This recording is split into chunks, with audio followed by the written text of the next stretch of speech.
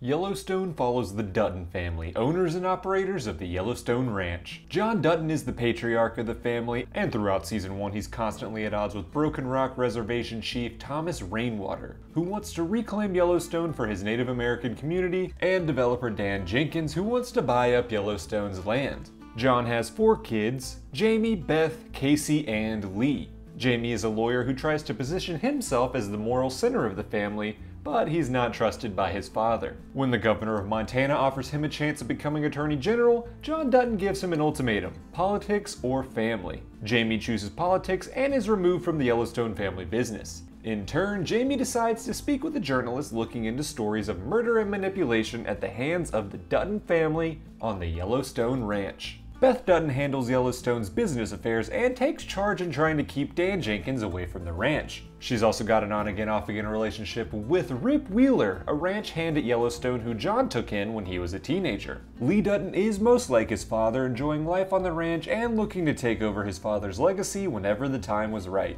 Kayce Dutton is estranged from his family, living with his Native American wife Monica and their son Tate on the Broken Rock Reservation. But when the feud between the Duttons and Broken Rock escalates, resulting in the murder of Lee Dutton at the hands of Monica's brother Robert, Kayce exacts revenge, killing Robert and moving his wife and son back home to Yellowstone. In Season 2 of Yellowstone, rivals John Dutton, Dan Jenkins, and Chief Rainwater are forced into an uneasy alliance to thwart the attempts of the Beck brothers, a couple of villainous real estate moguls. And I do mean villainous. Trying to take the ranch for themselves, the Beck brothers align with a group of white supremacists to try to wrestle Yellowstone from the Duttons by any means necessary. They send men to rape Beth and almost murder her, but luckily Rip intervenes to save her. They send armed men to kill Dan Jenkins, who isn't lucky enough to have Rip save him. And the Becks also orchestrate the kidnapping of Tate Dutton, sending the Duttons into full war mode.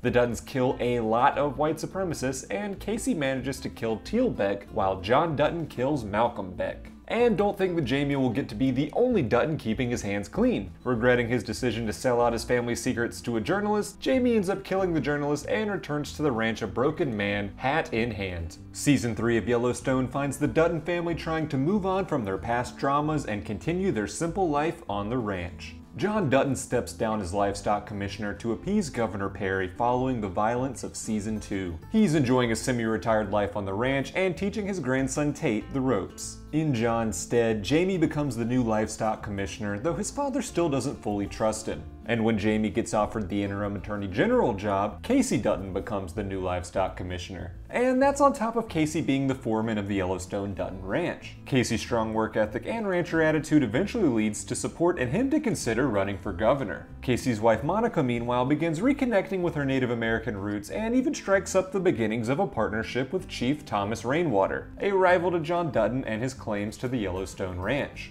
Jamie Dutton's strained relationship with his sister Beth is revealed to be because of his handling of a teenage Beth's abortion.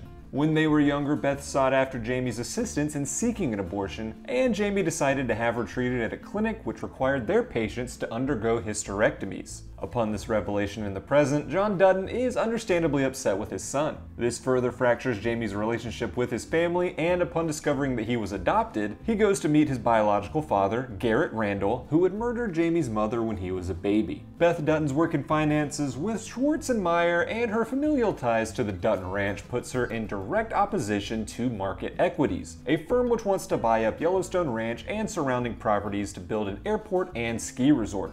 A representative from Market Equities, Rourke, is tasked with securing the deal by any means necessary, and the Duttons are offered $500 million for their property or face a legal battle that would force them out anyway. But it's not all a struggle for Beth, as she's back on again with her longtime love, Rip Wheeler, and the two get engaged. Rip, meanwhile, continues to lead the ranch hands and hires on Teeter to add a woman to the boys' club. Teeter fits right in and forms a relationship with Colby. Meanwhile, Jimmy strikes up a relationship with barrel racer Mia, who encourages him to follow his dreams of being a rodeo star. After suffering serious injuries in a rodeo event, John Dutton agrees to pay for Jimmy's medical bills in exchange for promising to give up on rodeo and focus on being a ranch hand. But with Mia's encouragement, Jimmy gets back on the horse, literally. The last we see of Jimmy, he's bucked off that horse and lays unconscious, his fate unknown. Rip and the rest of the ranch hands eventually have to deal with Wade Morrow, a neighboring rancher and old rival of John Dutton's. Wade and his son Clint escalate the rivalry throughout the season, eventually leading them to trample Colby and Teeter to near death.